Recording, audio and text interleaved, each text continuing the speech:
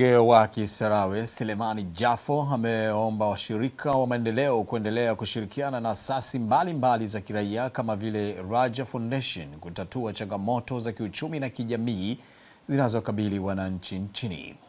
Tupate taarifa zaidi na Mali Ocheto. Burudani kwa hadhira ikiwakumbusha binadamu umuhimu wa kuwahudumia watoto yatima na wale wasiojiweza katika jamii. Kuwafikia yatima na watu wenye mahitaji mbalimbali katika jamii, asasi za kiraia zina mchango mkubwa kama wanavyobainisha wanazuoni hawa. Ubunifu wa vijana ambao bado wana umri mdogo sana, lakini wamefikiria na kutafuta na kujua yale ambayo ni mahitaji ya jamii zetu na kuanza kukaa pamoja na kufikiria namna gani wanaweza wakasaidia jamii. Hili ni jambo kubwa sana ambalo tumelishuhudia leo.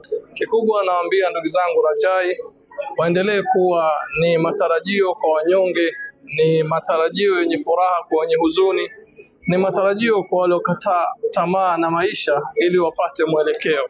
Akizungumza katika hafla ya kuzindua kituo cha kidijitali cha Rajai jijini Dar es Salaam, Jafo amesema wananchi wanakabiliwa na changamoto mbalimbali kama ukosefu wa maji safi na salama, chakula na mahitaji ya kujiendeleza kiuchumi, na kuwaomba wadau wa maendeleo kushirikiana asasi za kiraia kuzitatua changamoto hizo. Tukio la leo hili ni tukio la mfano na zuri la kuigwa, na hasa jambo kama hili kifanywa na vijana ambao naona vijana wamekuwa mstari wa mbele katika hilo kuwafikia jamii. Kwa hiyo binafsi niseme siku ya leo ilikuwa muhimu sana, na mimi nipende kuwaombea tu kwamba waendelee na kazi hii nzuri, lakini kubwa zaidi wadau washike mkono, kwa sababu sio wao wataweza kufanya mambo yote peke yao.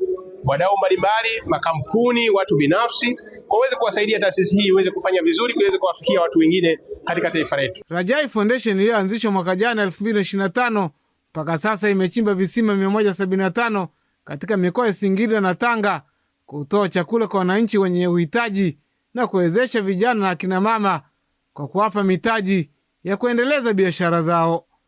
Mali Ocheto, TBC, Dar es Salaam.